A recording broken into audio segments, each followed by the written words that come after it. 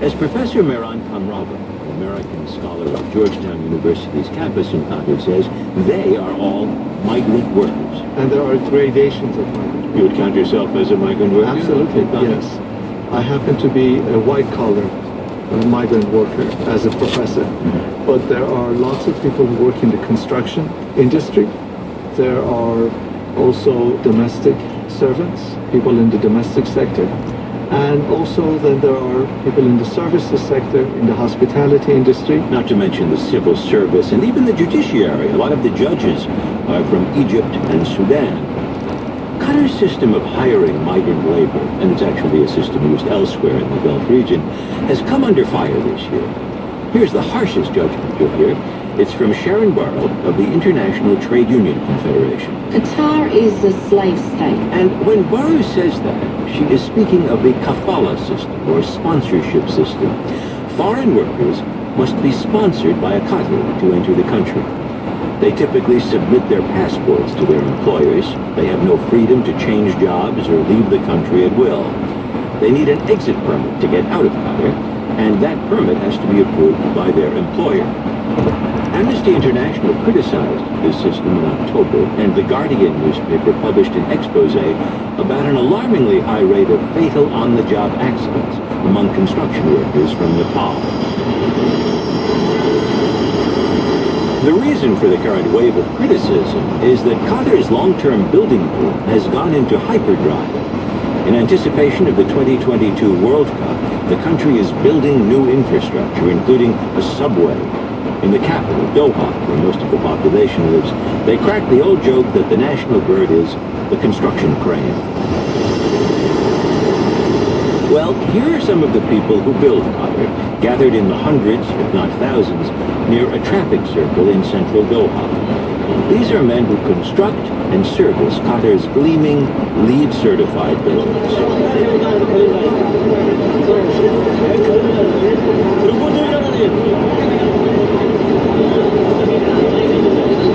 In the Musharrif neighborhood of Doha, one of the oldest neighborhoods in the city, this is a Friday night gathering place. It's a day off for all the workers in this country, and they gather here with essentially nothing to do. They're barred from the malls on their day off. And so it's a place to come and talk. They are from Bangladesh, Pakistan, Nepal, India, all over. They've come here for the wages, without their families, without their wives. They are the people who constitute the majority of the population of Qatar. I asked several men about their jobs, their earnings, and especially their passports. A couple of them who work for Qatari government agencies said they hold their own passports, but most were recruited by labor contractors to work for private companies. Mole from Nepal works in a jewelry store. He doesn't have his passport on him, but when he wants to go back, they give it back to him. They give it back to who has your passport? The manager of the shop. Riaz from India mans the cash register at a small grocery. When you work here, do you have your own passport? With a sponsor. Your sponsor has your passport. And if you wanted to leave tomorrow and go home, would you have to ask your sponsor? Yeah, it's must. He has to ask his sponsor. Mohammed Farad Khan is from Bangladesh. Who has your passport? Passport, main passport photocopy have. My company have. Your company has? Yes. What I heard was what Amnesty International found when it interviewed workers here. They found 90% surrendered their passport, in effect their freedom of movement, to their employer. Off a main street in Musharraf, we entered a two-story walk-up where the front door was off its hinges and garbage was strewn about the foot of the stairs. We walk up to the second floor of the building. There are 4 rooms here, each of which houses, in this case, 5 workers. All over there are clotheslines with laundry hanging from a window outside of their room. There's simply a hole in the exterior wall. There's no glass in the window, no shade at all. Clothing is hanging everywhere. Shoes, which include sandals and work boots, are parked up the steps and under the various shelves. Mohammed Tazal Islam lives here. He's a 45-year-old house painter from Bangladesh with a wife, 2 daughters, and 2 sons back home. In his room, 5 bunk beds line the walls of a 10 by 20 foot space. He and 4 other Bangladeshi migrants have a TV and a computer. Their shirts hang from the walls. It has the look of very provisional accommodations. How long have you worked in Qatar? 20 years. 20 years. 20. How often do you go back to Bangladesh? 2 साल, 2.5 साल, Every 2.5 years. 2. The workers I asked typically said they send about half of what they make home. Mohammed Tazil Islam says for him, it could be 700 Qatari riyals a month, about $200. But when your son who's 12 becomes, say, 20, would you want him to come to a place like Qatar and work here and live the way you live?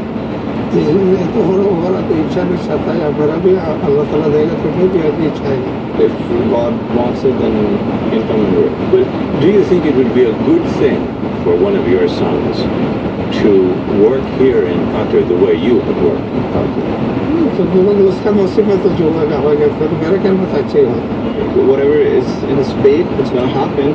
But like according to me, it's a good thing. Migrants like Mohammed Tazil Islam have come to Qatar for the pay, and their horizons are carefully circumscribed by law and by common practice. Stop working and you go home. Here's another restriction. This Pakistani restaurant caters to the migrant worker trade, and it employs Pakistanis. But an enterprising migrant could not just start a business all on his own. He must have a Qatari owner, or at the very least a partner, who shares in the profits. So there's not much chance of striking it rich, and there's no chance of putting down roots. And let's say a migrant man married a Qatari woman. In that case, she would lose the ample benefits that Qatari couples get, including free land and interest-free loans to build a house, and their children would not be citizens. Beyond these common practices, there have been allegations of misleading contracts, pay withheld, salaries below what was promised, long working hours, and as reported by The Guardian, unsafe working conditions. When all this was publicized this past fall, Qatar commissioned a London law firm to study the problem and make recommendations, which aren't public yet. Some of the burden of defending Qatar fell to Hassan Abdullah Al-Thawadi, the chairman of the country's World Cup committee. It's very, very, very important and crucial for the world to understand that the practices that have been documented or alleged in whatever reporting or whatever, these practices are illegal under Qatari law. It's as simple as that.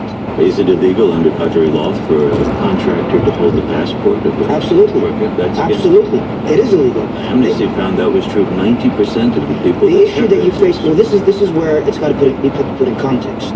This is unacceptable to us. The situations that have been described are unacceptable to us as a nation, as people, as human beings. It's plain and simple. And also in accordance with our laws, this is unacceptable. Now the question or the issue is in terms of enforcement. And there is an issue with enforcement, and I think the Ministry of Labor itself has identified that. Al-Thawadi says more inspectors would be hired to enforce the law. Some expats I asked about the letter of Qatari law and its implementation in practice were cynical. As one American put it, there are traffic laws here. You've seen how people drive. Apologists for the kafala system point out that there is no system of credit for workers in Qatar. Employers are legally responsible for the debts of workers they sponsor. The abuse of the kafala system was evident when a French soccer player who had signed with a local Qatari team got into a contract dispute with the owner, his sponsor. He was blocked from leaving the country until this fall when public pressure ended his 19-month-long involuntary stay.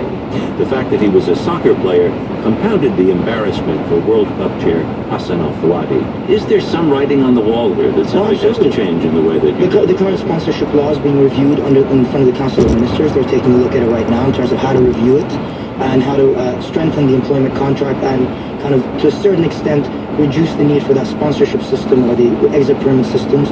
And the other institutions that can offer the support system to gradually move away from the kafala system is also being looked at. Qataris are proud to say that the World Cup will bring attention to the Gulf. So far, it's brought attention to a very unattractive Gulf institution, and it may yet bring reform. At this point, one might well ask, what do Qatari citizens say about this? How do they vote on an issue like immigrant labor? And the answer is, they don't. It's a monarchy, stable, popular, and absolute. Tomorrow, can Qatar rush toward the future economically and take so few steps toward democracy?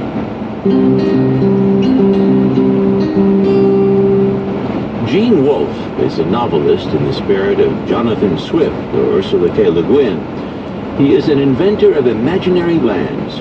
His latest book, The Land Across, is about an unnamed Eastern European country. And reviewer Alan Chu says it would be a better place to visit than to live.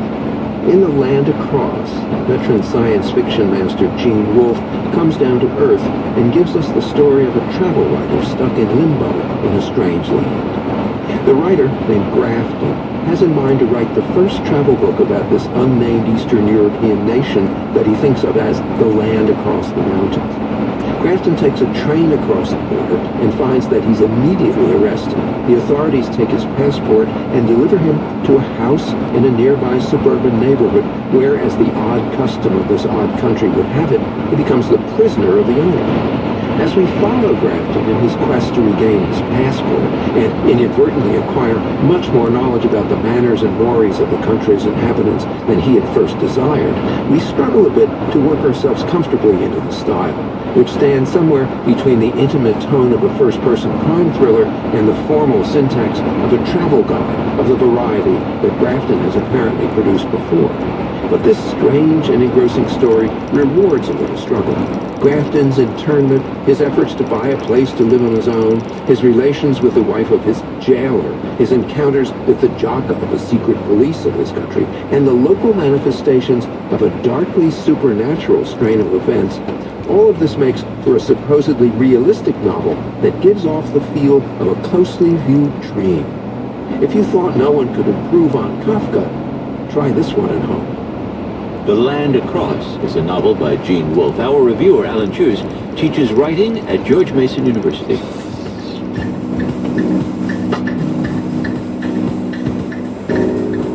This is All Things Considered from NPR News. Good evening. You're listening to WAMU 88.5, 649 now, partly cloudy, 31 degrees. To check the road conditions, here's Mike Reedus. Good evening, Mike. Good evening, Pat. No major backups on any of the interstates. We do have a serious accident in northeast on 14th Street of Maryland Avenue. Eastbound Maryland Avenue is blocked. One lane is blocked on westbound Maryland Avenue. Follow police direction to get around the incident and expect heavy delays in the surrounding area. I'm Mike Reedus. This traffic report is made possible with support from State Farm Insurance. In our weather, mostly clear and cold tonight with a low of 20. Mostly sunny tomorrow. Christmas Day, the high only 35. For Thursday, partly sunny in the morning, then clearing skies with a low of 42. Sunny skies on Friday.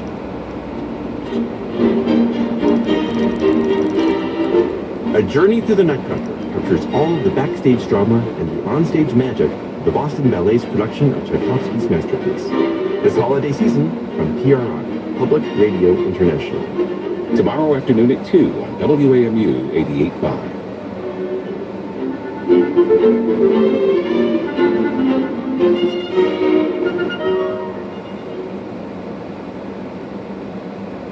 Support for WAMU 88.5 comes from Domain.com, a source for domain name registration. Now featuring .net domain names. .net is a web extension for innovators and entrepreneurs.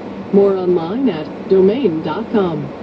From NPR News, this is All Things Considered. I'm Robert Siegel. And now, another number of the year. These waning days of 2013, we've been looking at numbers that tell us something about what's happened around the world. And today our number is 42. Well, we don't mean the answer to the question, life, the universe, and everything. 42 is the number of giant panda cubs that were born in captivity this year and survived. NPR's Andrea Hsu explains what the number tells us and what it doesn't tell us about pandas. Madrid welcomes Xingbao, Vienna got Fubao, and in Washington, D.C., hello, Bao Bao. Here she is at a checkup just shy of 8 weeks. 42 surviving cubs in 1 year is a record and brings the total number of pandas in captivity to 376, most of them in China, of course. The steady gains in the panda population mean not only more unbearably cute photos to coo over, but also better science for researchers to tap. So, for example, this summer, Atlanta's Lunlin made this news. This mama panda has her paws was full tonight. Workers at Zoo Atlanta were preparing for one cub birth. Well, imagine their surprise when 2 cubs showed up today. And although the U.S. had never seen a successful twin birth before, panda keepers knew exactly what to do. To get them both to survive takes some work. Rebecca Snyder is Zoo Atlanta's curator of mammals. She says they used a technique developed by their Chinese counterparts. Periodically, we swap them. When they were newborns, it happened every 2 hours. The Chinese had observed that panda mothers would not tend to 2 cubs at once. So in Atlanta, while cub A was with mom, cub B was kept warm in an incubator, and they both thrived. Snyder says discoveries like this have made a difference. I do think the research has been a key reason that the captive population is doing so well now. Applying that to the wild population is not so easy. So for all the hoopla over zoo births, there's still a lot of trepidation about pandas in the wild. I think the breeding success is exciting and is really positive news. The message is we're not there yet. John Ballou is population manager at the Smithsonian's National Zoo. We don't know how many